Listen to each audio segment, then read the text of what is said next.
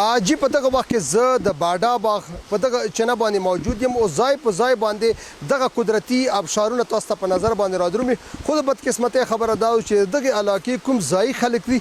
دا د دغو چنو نه مستفید نه کړی شول ځکه چې محکمه پبلک هیلث کا ګوري کا اریګیشن والا ګوري هغه څه داسې سرویسز نه دی ورکړي چې دغه علاقې هغه ستونزې په هواري شي اوس خو مونږ راغلي یو د پکنیک په غرض باندې او دلته مطلب چې دا کوم خلک دي دا هم د پکنیک په غرض باندې راغلي خو دغه سره دغه فکر دی چې مطلب چې موږ د علاقې په ګټه باندې دغه اوبه تمام شي دلته موږ سره د کم شلمان د سیمې یو انجینیر ولاړ دی هغه نه تپوس کو چې دغه څه مسله او څنګه به حل راوځي جی بسم الله الرحمن الرحیم ما نوم انجینیر نذیر جان دی اسسټنټ پروفیسور ان کمپیوټر انجینیرینګ I'm thankful چې خیبر نیوز والا چې دوی راغلي دي موږ د علاقې ته او د علاقې له کور جوړ کړي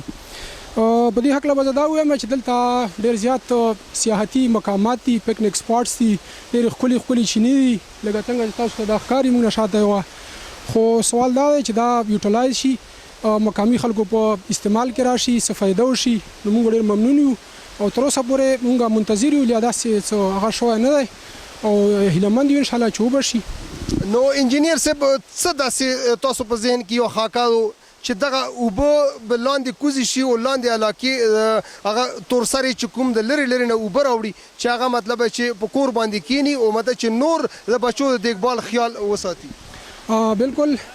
یو سکیم مونږ یو وړوکی غوندې شان سکیم کړی هم دی هغې کم شلمان له اوبه تللي دي او ښه کامیاب سکیم دی خو خبره دا ده چې هغه ډېر په کم سکیل باندې دی او ټولې علاقې ته هغه اوبه نشي رسولی نو ښه جوړږي ښه سکیمونه جوړږي خو چې په غټه سطح او حکومتي امداد ورسره وي نو بیا به انشاءالله چې دا ټول اوبه مسلې حل شي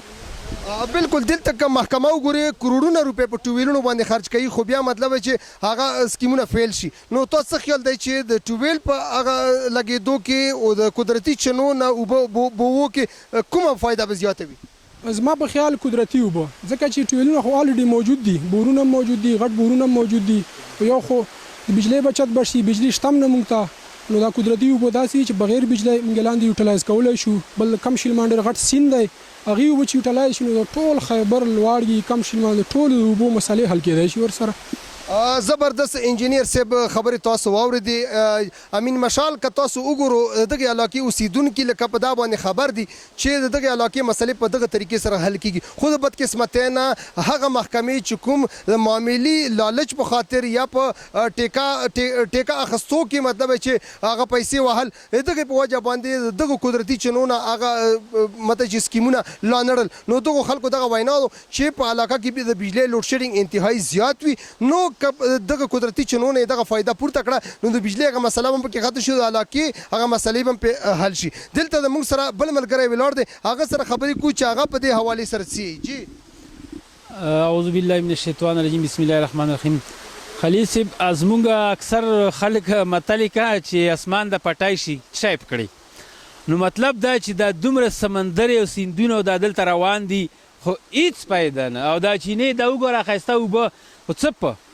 بس دلته دی او د ځای پورې محدود والی بس او مونږ سیل له بس خالي وړه راځو نم کورو کې شته نه به که خیر شکر الحمدلله زمونږ ښځې د ټیمو او د ډرمو نه خلاصږي او سبایي خلکو سره دا غمي چې مانځه ته راپورته شو او مونږ ښځو سره دا غمي چې اوبه به موشي او که نه نو مونږ ته ډېر زیات مشکلات دي او دا وجه دا ده چې کوم یو حکمران راشي نو هغه کوم چې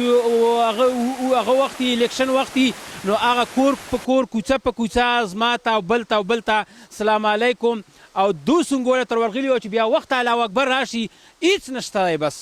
دومره تکلیف راته دی چې تی کینو کړه چې ما تاسو ته ووایي چې هغه مانځه هم زموږ ښځو سره نه دا غمي ورسره چې بس خلکو به رانه اوبه خلاصې کړي او بیا چېرته ځو نو موږ ته ډېر زیات مشکلات دي خبرې بالکل د وزیر رحمان خبرې تاسو واورېدې یقینا چې هغه جذباتي انداز بین تاسو په نظر کړی وي او دا ځکه چې مطلب چې ډېر زیاته ګیلهمند دي او پر روان وخت کې هم لږه ډېره توقع د انجینیر صاحب هم چې مطلب چې که حکومت په صحیح طریقې سره سروې وکړه نو د دغې علاقې د اوبو کومه ستونزه چې او دغه تورسرې چې په کیلومیټرو لرې مطلب چې د کور د ضرورت په خاطر باندې په سرونو باندې اوبه راوړي هغه په کورونو کې کینی او د بچو صحیح طریقې سره دیکبال به وکړي